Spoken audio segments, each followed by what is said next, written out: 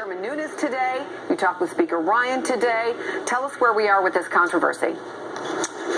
Well, Chris, at this point, the pressure is increasing on Chairman Devin Nunes to say a little bit more about what he's doing. And from Democrats, the pressure is to recuse himself. We have a couple different storylines unfolding at the same time, but they all go to the heart of this question about the credibility of the House Intelligence Committee investigation into ties between the Russians and the Trump campaign, potentially, or transition, as well as that broader investigation into Russian meddling in the election. And Devin Nunes has come under increasing pressure and fire over the course of the last couple of days, as we've been reporting. The new information from yesterday that he viewed this intelligence, this new information that he brought into a press conference on the White House grounds.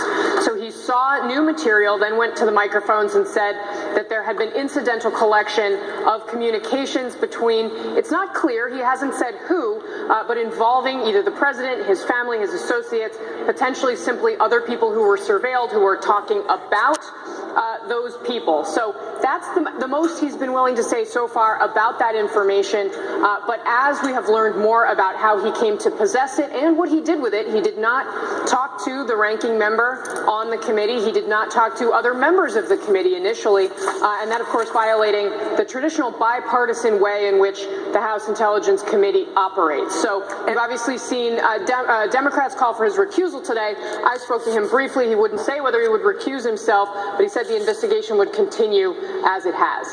And one Intelligence Committee member said on MSNBC today that she didn't even know that this week's meetings were going to be canceled. Let me go to Hallie, because there's been a lot of buzz now over the canceled testimony of Sally Yates before the Intelligence Committee, but the White House pushing back, right?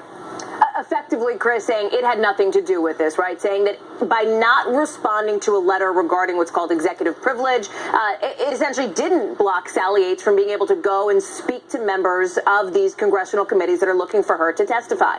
That is the White House response, calling that Washington Post story that first broke a couple of hours ago entirely false, essentially. It will likely come up. I wouldn't be surprised to see it come up at Sean Spicer's press briefing, set to begin in just about 58 minutes from now, Chris, and everybody will be looking to that. Questions not just about, not just about this, but about obviously what is happening with Chairman Nunes. What is the White House response to this? Is these Democratic calls for him to recuse himself or step down grow?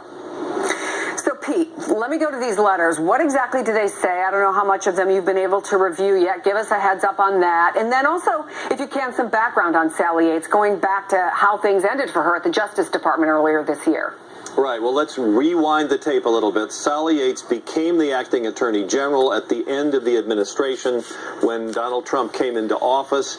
And she, remember, went to the White House with another government official and told the White House counsel that the government had reason to believe that Admiral Flynn had not been completely candid in what he told the White House about his contact with the Russians, and that therefore led Michael Flynn to step down. And Sally Yates had told the White House that possibly he could be blackmailed by the Russians if he stayed in his position. But then she was invited to testify to the House committee that you've been talking about on March 14th. And her lawyer wrote then to the Justice Department and said, hey, she's a former attorney general. She won't talk about anything classified. Just want to make sure it's cool with you guys. And the same day, a Justice Department official writes back to her lawyer and says, well, she might be talking about communications with the White House counsel's office. There may be questions of privilege here. The Justice Department letter says her communications are likely covered by privilege. So that same day, March 24th, her lawyer wrote to the White House counsel's office and said, hey, Justice says this might be an issue.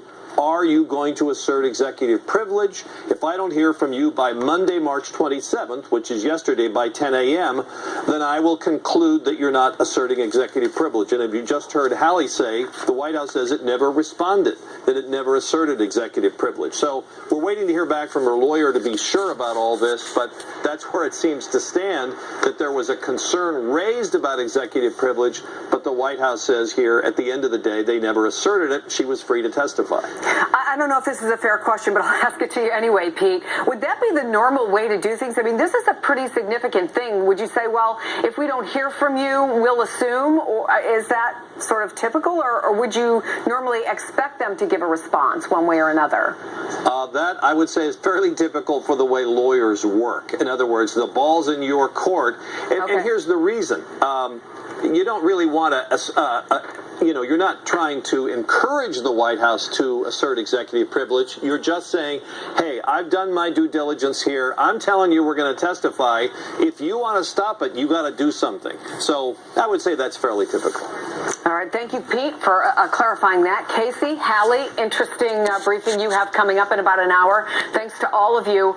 And that's not all that's going on at the White House. This afternoon, President Trump is expected to sign a new executive order that could be the first step in a